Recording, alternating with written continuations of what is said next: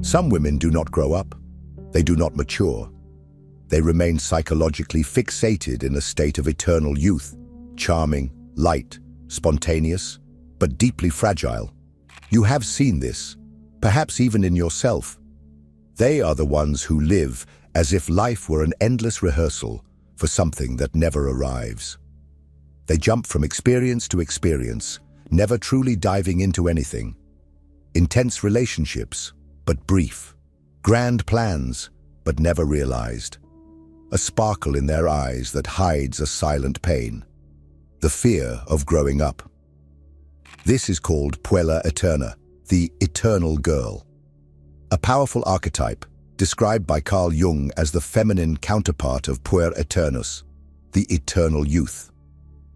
But it was Marie-Louise von Franz, his closest disciple, who dissected the mechanisms of this pattern with brutal precision. According to her, the woman dominated by this archetype lives in a state of suspension, resisting psychological time, refusing the crossing into maturity. On the outside, she lives off lightness and charm. On the inside, she carries the terror of surrender, responsibility, and commitment to the real. She does not want to grow up, because growing up hurts. Growing up means facing one's own emptiness, making irreversible choices, letting go of fantasies. And the Puella prefers to float. She prefers to keep all doors open. She prefers idealization to real encounters. She dreams of perfect love, but flees from intimacy. She wants freedom, but not autonomy. She lives on promises, but fears the weight of realization. Perhaps you are starting to realize that this is not just theory. This is the life of many women. Women who do not understand why they feel so lost, even while being admired. Who do not know why they keep repeating the same mistakes, even while being intelligent. Who collect beginnings, but have no continuity. Who feel a constant emptiness, but do not know where it comes from. Jung, when talking about feminine archetypes, said that a woman needs to integrate the animus, the inner masculine, to achieve a more solid relationship with herself and the world. But the Puella refuses this integration. She does not want structure, she wants to soar, and that is exactly why she falls. In this video, I will show you how this archetype acts in the shadows, how it disguises weakness as freedom, how it distances you from who you could become, and more importantly, how to start getting out of this. But I warn you right away, this is not content to comfort you. It is to confront you, because you deserve to be whole, not just charming. If you have the courage to follow through to the end, you may discover that you are still living as a maiden, when you should have already become a queen. The eternal girl is not a phase. It is not a personality trait.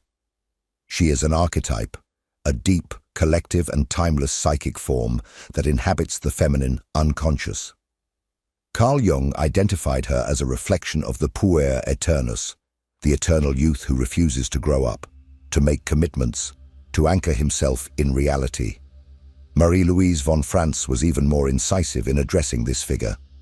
For her, the Puela Eterna represents a woman whose soul remains trapped in an idealized, romanticized, sterile youth, and for that reason, blocks her individuation, her maturation, and her real flourishing. She is the woman who lives in the almost loves, almost builds, almost surrenders. She believes her freedom lies in the absence of ties, when in fact, she is merely fleeing from herself. Deep down, she does not want to deal with the limits that life imposes. She has an aversion to routine, boredom, predictability. Everything that refers to the concrete frightens her because it threatens the magical world where she feels safe, a universe where anything can still happen, as long as nothing needs to be sustained.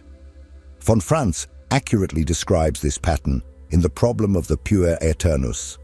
The Puella is so enchanted with the image of herself as a free spirit that anything requiring real commitment becomes a threat. For her, passion is safe as long as it is platonic. The project is exciting as long as it is abstract. Life is light as long as it is dreamed, but never lived. And the cruelest part of it all? She is often admired.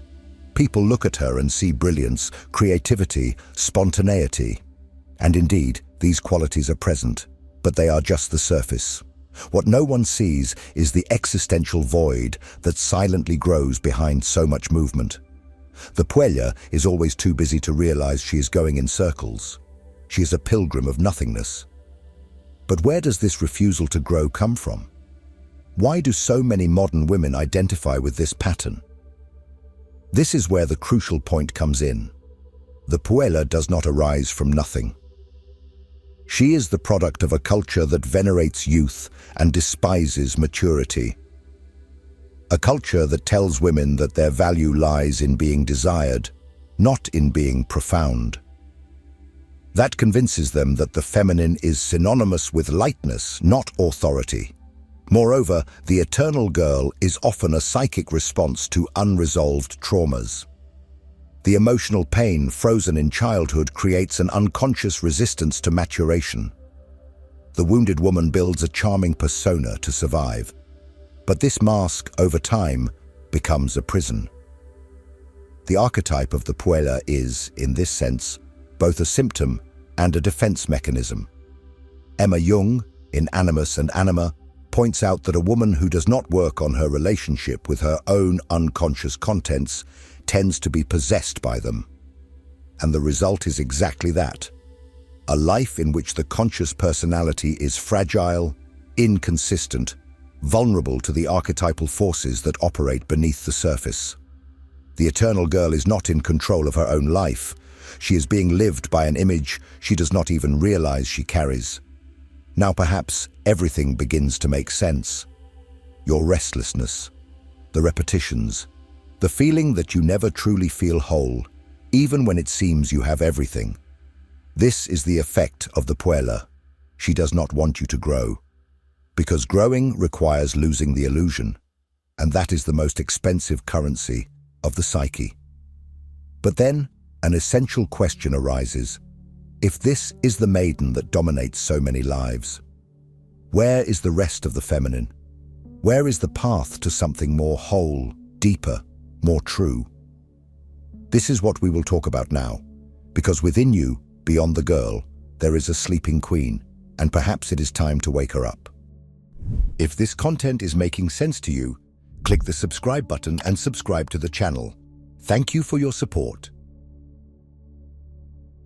Within every woman, there are psychic forces that operate far beyond conscious will. Jung called these forces archetypes, primordial, universal images that shape our most intimate experiences. In the case of the feminine psyche, two of these archetypes stand out particularly intensely: the Maiden and the Great Mother. Understanding the tension between these two figures is essential to recognize why so many women remain trapped in the illusion of eternal youth, even when everything around them is already crying out for transformation. The Maiden is the image of purity, beauty, and freshness. She represents potential, openness to the new, the hope for something grand that is yet to come. She is the one who enchants, who seduces, who dreams. She is light, solar, inspiring. In youth, this archetype is vital. It drives the desire to explore the world, to experience, to seek something beyond known limits. But the problem begins when this image remains dominant in adulthood. When the maiden does not make space for other aspects of the psyche to manifest, she becomes an obstacle. She prevents the woman from maturing, from establishing herself in the world, from taking responsibility for her own destiny. The woman continues to see herself as potential, but never allows herself to be realization. She remains in the eternal almost. Almost knows what she wants, almost surrenders, almost finds herself. And this almost becomes a black hole, an emotional vortex that sucks away vitality, purpose, and meaning. Marie-Louise von Franz writes that the maiden who refuses to die symbolically cannot be reborn as a whole woman. And here we are not talking about physical death, but the symbolic death of the childish ego, that part of us that insists on living in fantasy, that seeks to be saved, that rejects the weight of reality. This death is painful, yes, but absolutely necessary, because only from it can the Great Mother, the archetype of maturity, nourishment, and wisdom, emerge. The Great Mother is not the nice, domesticated woman who cared for everyone and forgot about herself. No, she is the queen of her own inner world. She commands, nurtures, sustains, and transforms. Unlike the maiden, who waits to be chosen, the Great Mother chooses. Unlike the maiden, who wants to be admired, the Great Mother demands respect. She does not need to be charming because she is whole. She is the one with deep roots, who knows when to give, when to protect, when to withdraw. The woman who embodies this archetype stops asking for permission to exist. She simply exists, with presence, depth, and direction. But few reach that point. Because the path requires sacrifice, the maiden must die for the queen to be born. And this is a passage that the Puella Aeterna does not want to make. She clings to the mirror of youth, to the promises of idealized love, to the illusion that time does not pass. But time passes.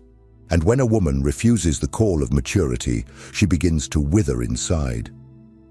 The archetype of the maiden, which was a source of brilliance, becomes a gilded cage.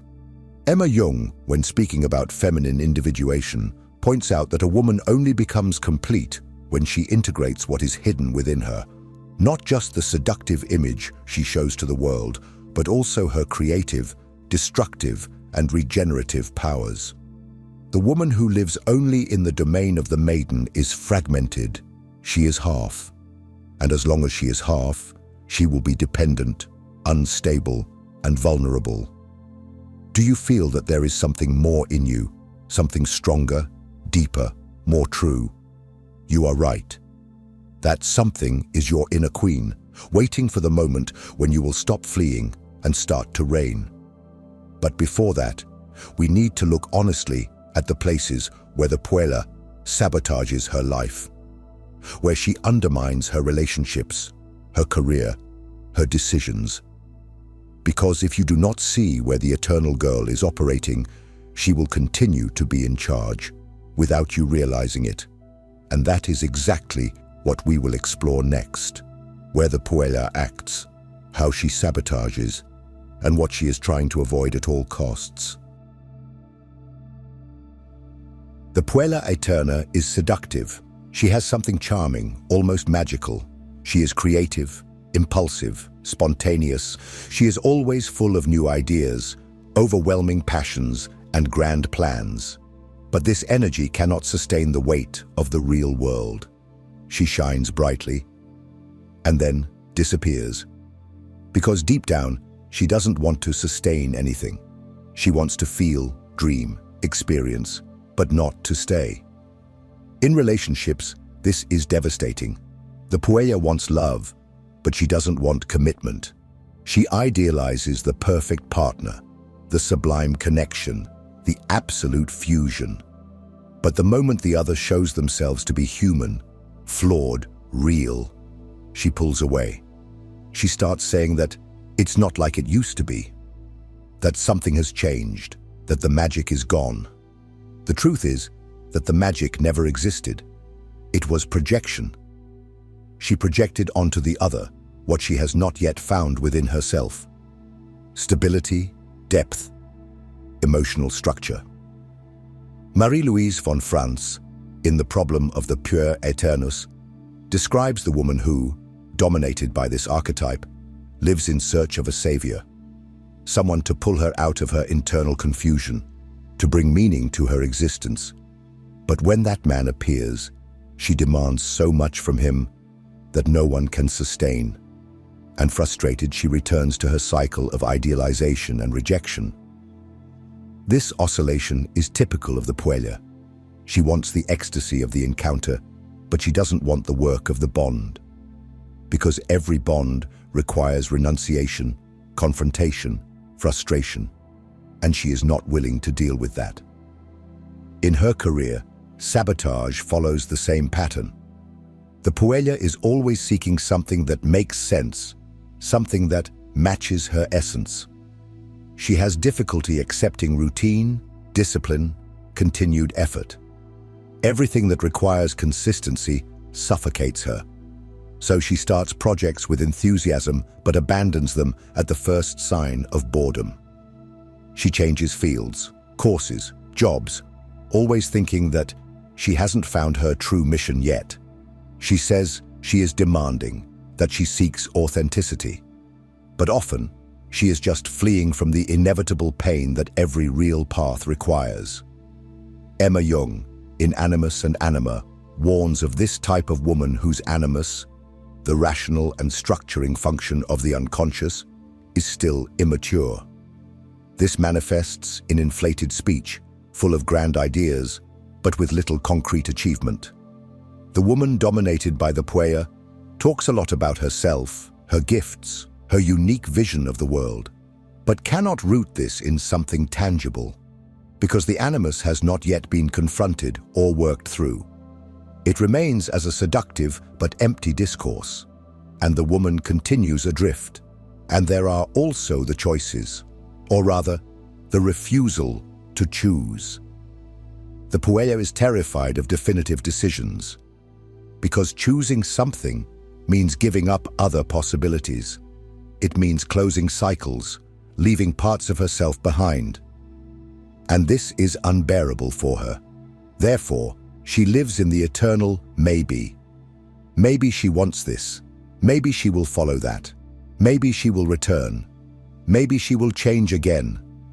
This maybe keeps her in a suspended state where nothing truly flourishes because nothing has truly been planted. What this woman has not yet understood is that maturing is not losing freedom. It is conquering it. Freedom is not being able to escape everything. It is being able to stay, to be able to build, to be able to sustain one's own existence with dignity. But behind all this instability, there is something deeper, something that often the woman herself cannot name. A hidden pain, a psychic wound, an existential void that the Puella tries to mask with movement, with romances, with new ideas. And it is this secret pain that we need to illuminate now. Because the Puella is not just a behavioral pattern. She's a symptom of something much more intimate, a soul that feels alone, lost, and too scared to embrace her wholeness. In the next part, we will dive into the shadow of the eternal girl and reveal the silent pain she tries to hide behind her enchantment. The Puela Aeterna enchants. She lights up the places she passes through with her lightness, her spontaneity, her almost mystical aura of eternal youth. She is sweet, delicate, sensitive, and yet deeply restless. She carries in her gaze a mix of hope and emptiness. Because behind all that shine, there is a pain that almost no one sees, and that many times she herself cannot name. This woman lives dominated by a fantasy. The fantasy that if she is good enough, beautiful enough, and lovely enough, she will be loved, protected, and guided by someone stronger, the charming prince who will come to place her in the spot where she can finally live happily ever after. She does not consciously acknowledge this, of course, but her behaviors betray her. The constant passivity, the chronic indecision, the need to please everyone, the paralyzing fear of displeasing, the insatiable quest for external approval. The Puella is the woman who speaks sweetly, who hesitates to make decisions alone, who prefers to wait for others to do, say, or resolve. She wants to be guided. She wants to be desired.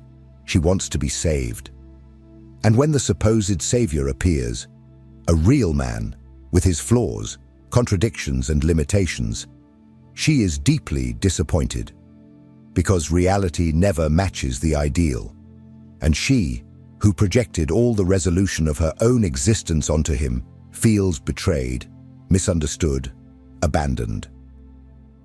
Thus begins the cycle of escape, rejection, and new idealization.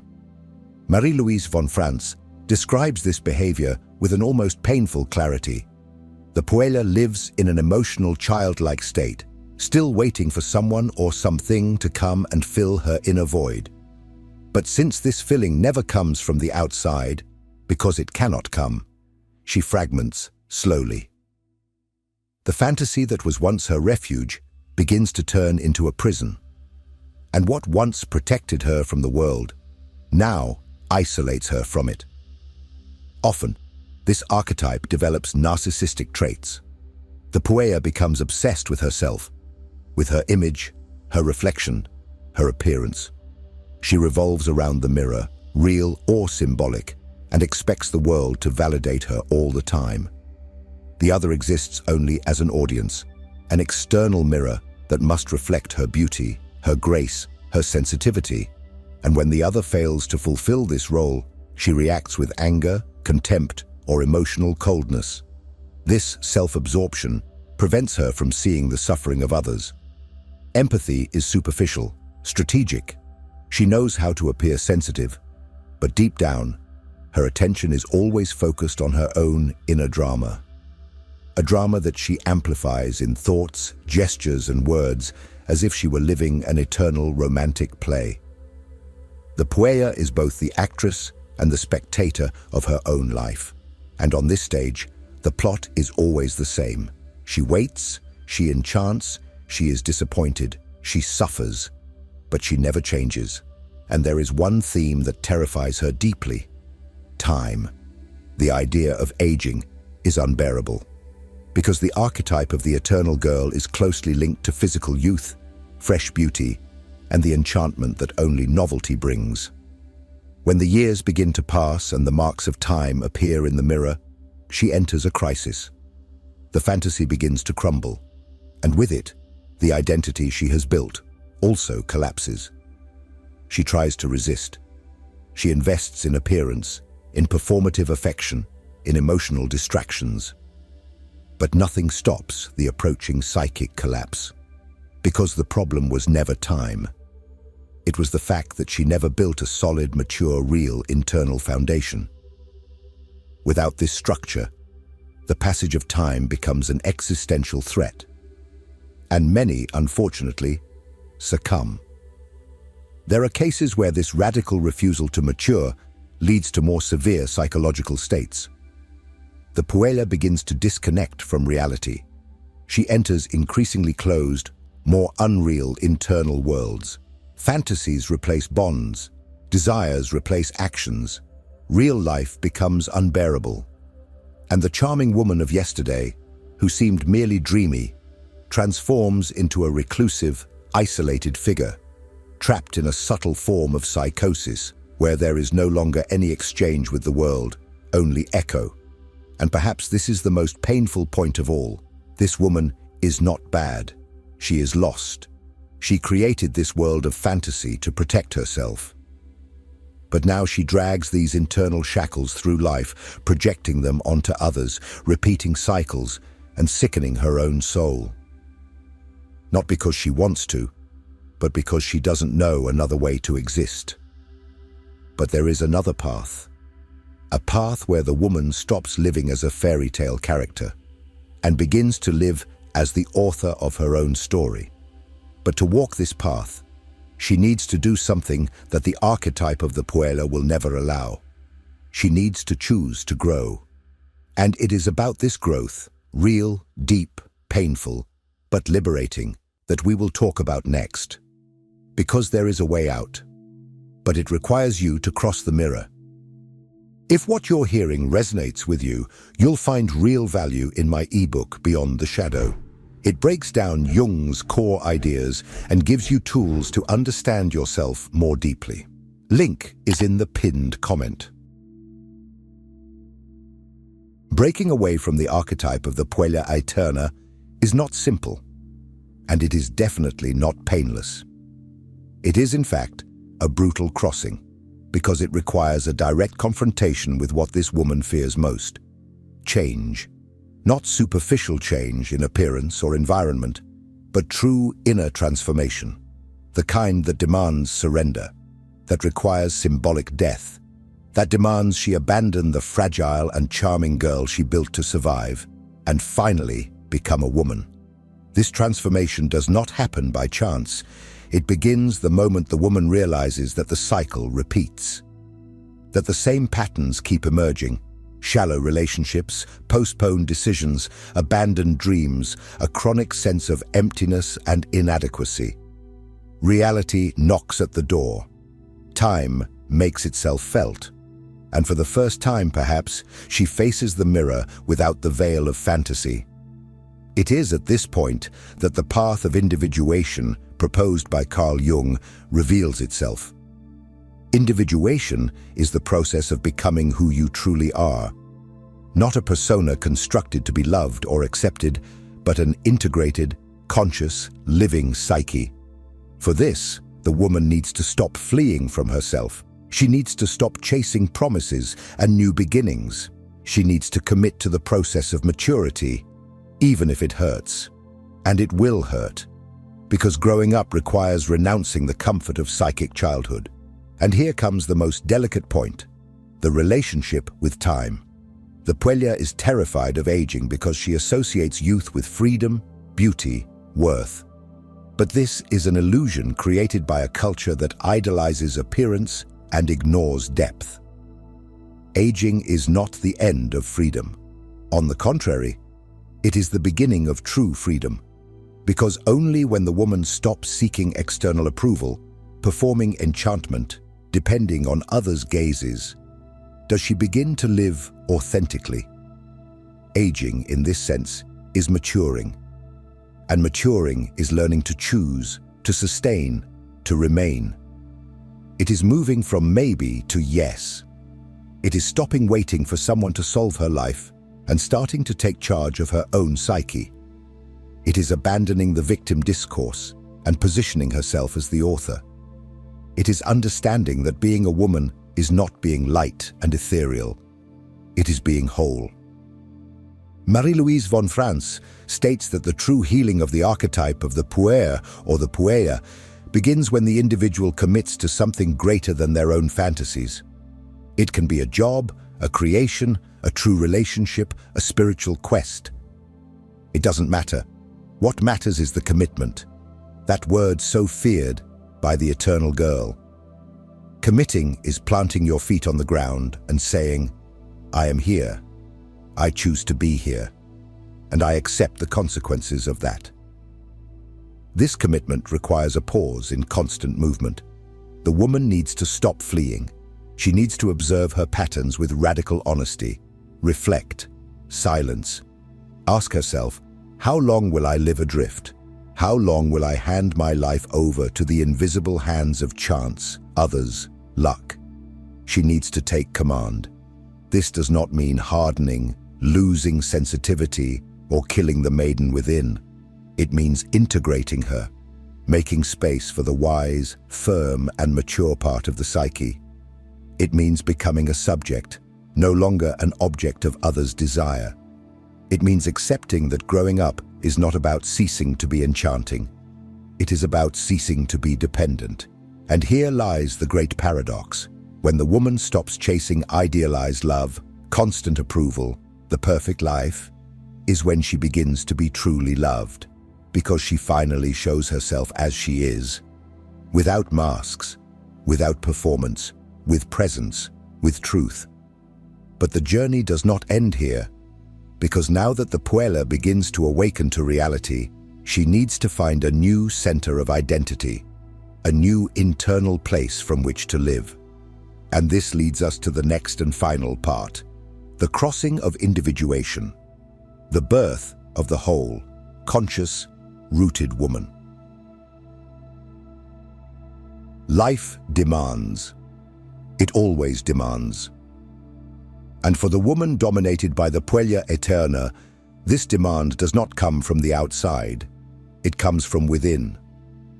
At some point, Even with all the effort to maintain lightness, charm, and the appearance of freedom, something begins to crumble behind the facade.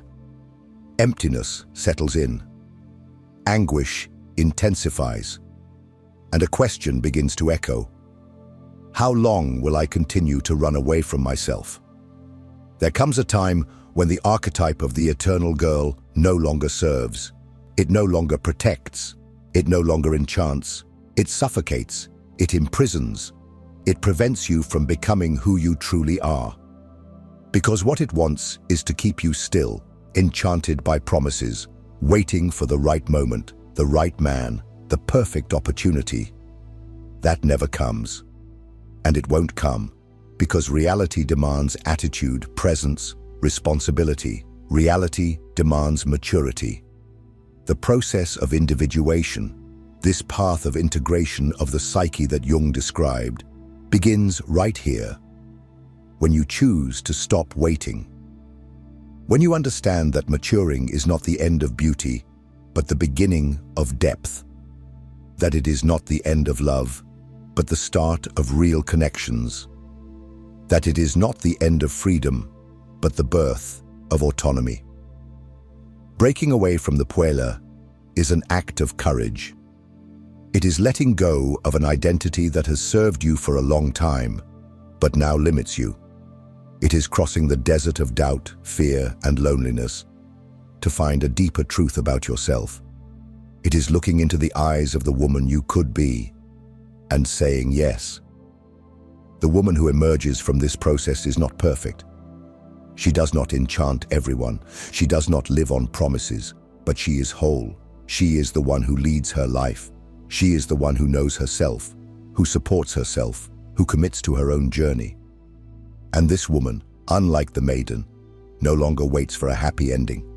She creates her own story, with clarity, with courage, with truth. Now, stop and look honestly at your life. Are you, or someone you know, living as the protagonist, or as an extra in your own destiny? Have you witnessed the presence of an eternal girl who is still waiting for someone to come and save her? Or is she ready to save herself? If something here touched you, bothered you, or made you see a pattern that you or someone you know carries, comment. Tell me what you noticed. Sometimes, putting it into words is the first step to transforming an idea into reality. And if you felt that this video spoke to something deep about someone close or something within you, don't stop here. Keep watching the next video. It is important, because the path of awareness does not end in a revelation. It continues in every choice you make from it.